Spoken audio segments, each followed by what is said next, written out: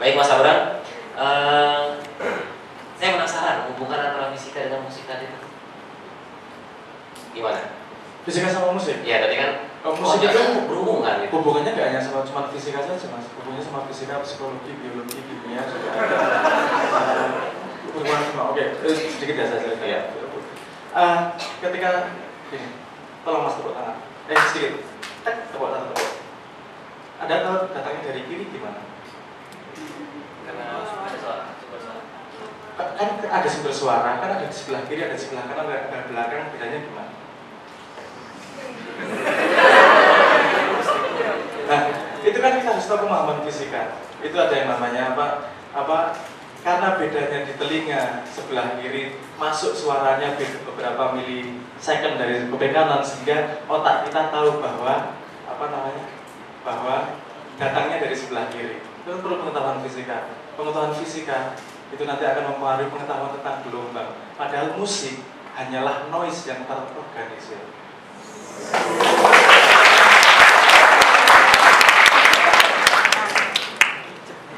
Jujur saya tidak niat jadi band-bandan, tidak niat jadi Leto. Leto itu muncul ketika dipaksa namanya keluar. Artinya apa saya nggak paham, melatnya di foto juga boleh.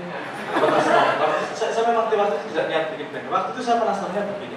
Ada impuls yang namanya musik, suara bisa masuk telinga kok bisa mempengaruhi mood ya. Itu gimana sih? Indonesia mengumpulkan 40 lagu populer dari tahun 60 sampai 90 waktu itu. Terus saya interpolasi mencoba mencari polanya di situ. Ada beberapa frekuensi penting, ada beberapa frekuensi yang mempengaruhi, ada beberapa harmoni yang mempengaruhi. Itu rumus itu kemudian saya pakai untuk membuat lagu-lagu yang menjadi Ruang Rindu, jadi Sebelum Cahaya, jadi Sandaran Hati. Itu tidak hanya murni urusan rasa, tapi juga urusan pengetahuan tentang fisika. Ada heterodynamic namanya. Bagaimana ketika dua gelombang bersatu dia menimbulkan beat suara sehingga efeknya di telinga rada mumet, nanti rada senang, itu ada efeknya semua. Contohnya misalnya begini, kalau kamu ngomong frekuensi di suaramu, frekuensi di 2,8 kHz lebih bergede 3 desibel daripada frekuensi yang lain. Suaramu pasti akan terlihat seperti orang jujur. Wah, suaranya dari dalam hati ini. Suaranya orangnya jujur ini. Itu semua adalah frekuensi suara. Jadi apakah musik berhubungan dengan itu? Berhubungan banget mas. Terus yang mendengarkan siapa? Telinga mas. Di telinganya ada yang namanya Fletcher-Wilson curve. Mantap kan? Itu transfer fungsi di mana kalau harus tahu pelajaran biologi untuk mengetahui bagaimana kuping ada ganglia di situ, bagaimana masuk ada bentuknya, jadi menjadi amplifikasi. Di mana ada suara ini ada dua variabel membran sehingga bisa mencapai suara rentang yang begitu rendah sampai begitu tinggi. Ajaibnya suara manusia. Semakin kita belajar tidak ada kesempatan lain selain mengagumi Tuhan ini gawene ampuh tenan-tenan.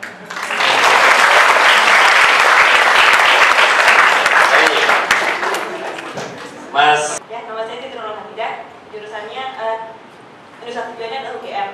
Saya mau tanya, Mas Manoy kan kuliahnya itu fisika dan matematika. Terus apa yang menyebabkan bisa beralih ke dan berkontribusi di bidang sosial, seni dan budaya? Terus yang kedua, apa yang membuat Manoy semangat hidup kembali? Terus apa jawabannya kenapa harus di sini gitu? Kenapa harus gini? Kenapa harus di sini di negara? Kenapa harus di bidang? Ya. Oh harus. Itu. Kenapa di bidang musik gitu ya? Iya. Oke, baik.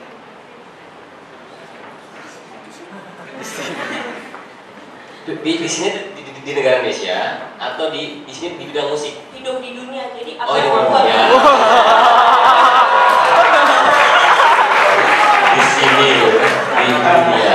Mohon maaf, saya lanjut Pak ya. Yang kedua tentang pertama kenapa memutuskan untuk di sini ya, untuk tetap hidup?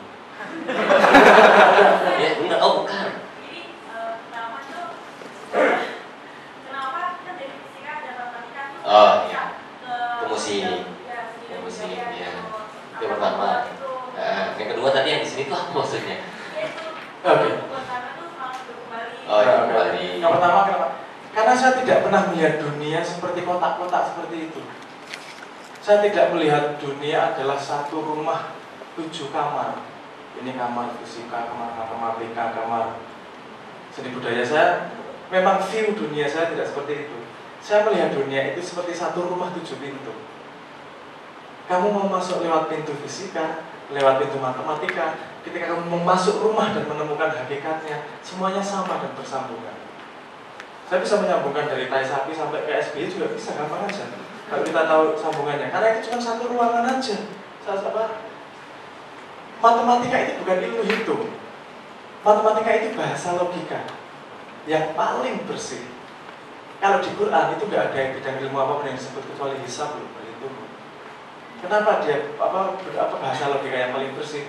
Karena misalnya tak kasih contoh 2 tambah 2 itu sama dengan 4, nggak peduli kamu patah hati, sedih, marah, baru putus, baru dapat pacar, 2 tambah 2 sama dengan 4. Itu kebersihan logika ya, karena kita tidak terpengaruh di dalamnya, kita tidak punya pendapat terhadap reaksi yang terjadi di dalamnya itu. Dan saya dari matematika terutama belajar itu, belajar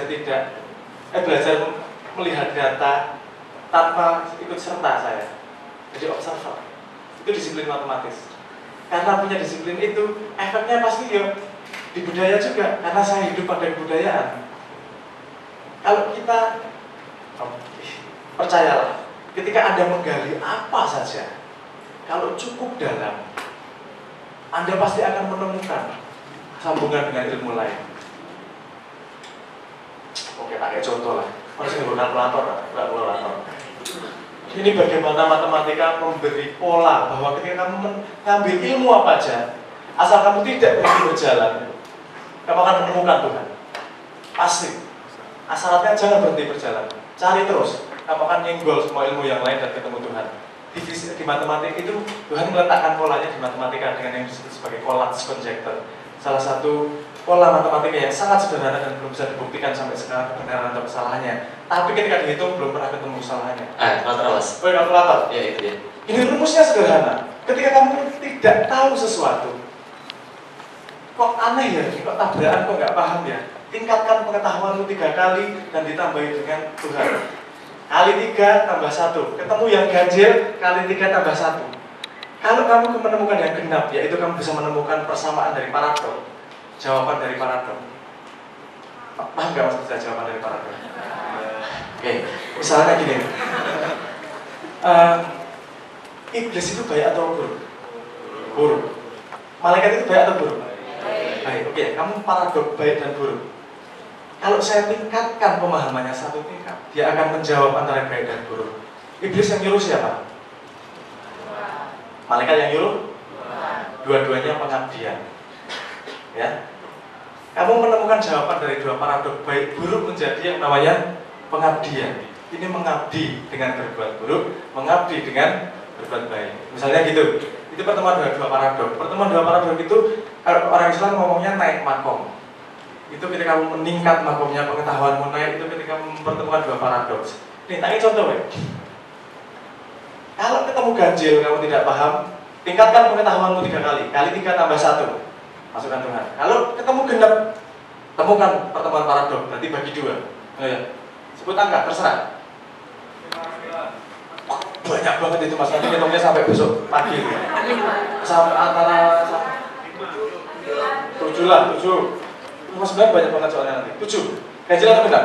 Ganjil. Kali 3. Tambah 1. Kok cepet banget mas?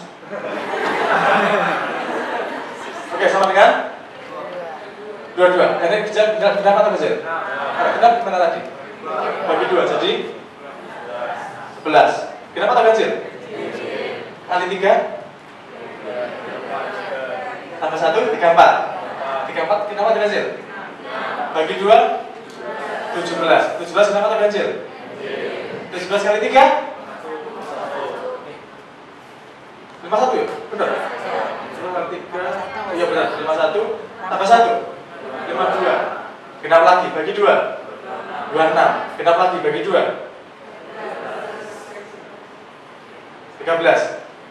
26, 13 kali 3. 39 tambah 1, 40. 40 genap lagi, bagi 2, 20. Bagi 2, 10. Nanti. Yang kita sebut sebagai Tuhan adalah tunggal. Jadi kita anggap di sini Tuhan adalah perlambangnya 1 ya. Dan ini perjalanan hidup ya, pada dalam pencarian ini. Jadi sampai mana? 10. 10. mendekat nih ke Tuhan. Terus 40, 20, 10 ya mendekat ke Tuhan. Bagi 2 lagi berapa? 5.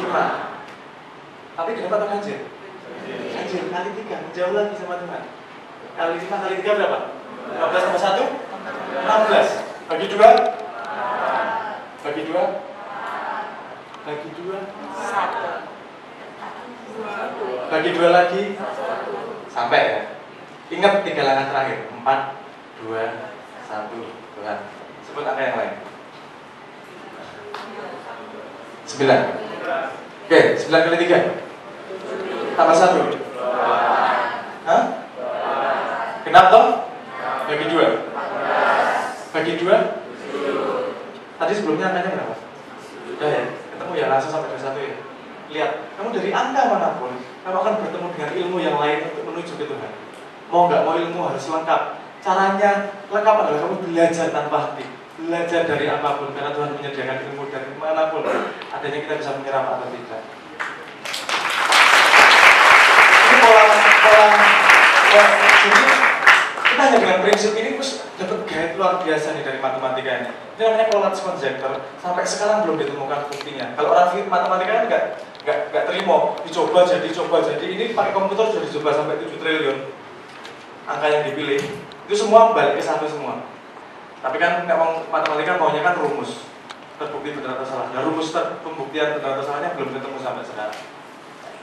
Nah, tadi pertanyaannya, kenapa kemudian saya ke seni dan budaya? Saya belajar apapun yang bisa saya pelajari. Cuma gini, ada kesempatan terbuka untuk belajar, saya masuk. Kesempatan terbuka untuk belajar, saya masuk. Leto itu masuk bukan karena saya pengen bikin band. Kan saya tadi sudah cerita, waktu SMA saya patah hati. Terus dengar lagu Sweet Child of Mine-nya Guns N' Roses. Ya tak? Sweet Child of Mine. Ya tak?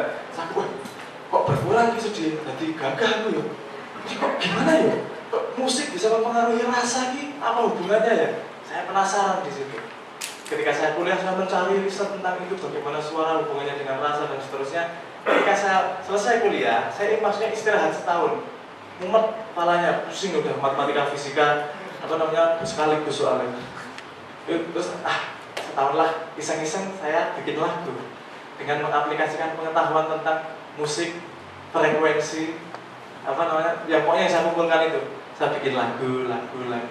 Terus sama teman saya disetel di warung makan. Tak setahun, aku ingin jajal-jajal kok efeknya gimana. Terus di warung makan dibikin polling, gimana rasanya. Saya pengen tahu, cuma pengen tahu efek dari itu. Terus kemudian ada profesor yang dengar. Terus ditanyain ke rumah, mau nggak bikin album? Album foto, nggak musik katanya. Terus dia yang paling senang lagu saya berbahasa Inggris. Yang judulnya I'll Find a Way. Sebelum album pertama ada single itu yang keluar judulnya I'll Find a Way. Itu lagu bahasa Inggris. Waktu lagu bahasa Inggrisnya diminta, dia labelnya ngomong gini, boleh nggak kalau ganti bahasa Indonesia? Karena saya sama sekali tidak punya maksud menjadi musisi. Saya nggak usah lah, kalau mau bikin lagu Indonesia tak bikinin lagi. Itu layarnya udah bahasa Inggris ya. Kalau nggak mau nggak apa-apa. Itu kan kalau orang musisi itu keputusan gendeng itu.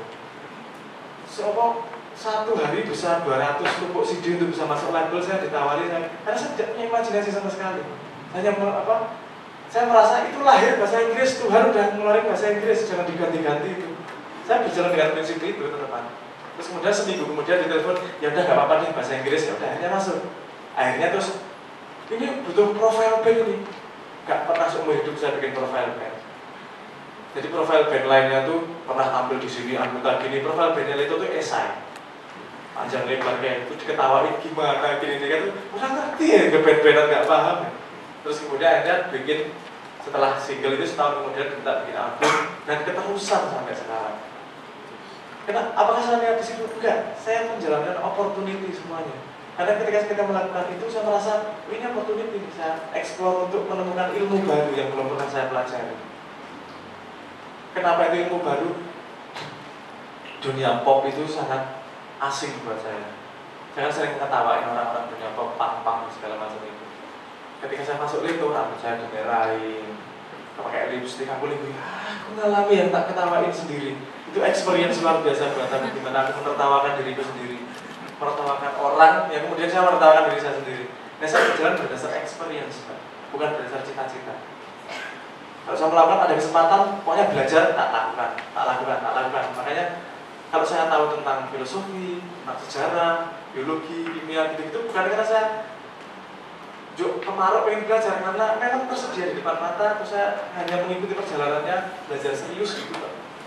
Karena saya percaya otak itu didesain untuk memproses sekarang dan belajar dari masa lalu. Masa depan Tuhan sudah menyediakan, asal kita serius menjalaninya. Gitu aja.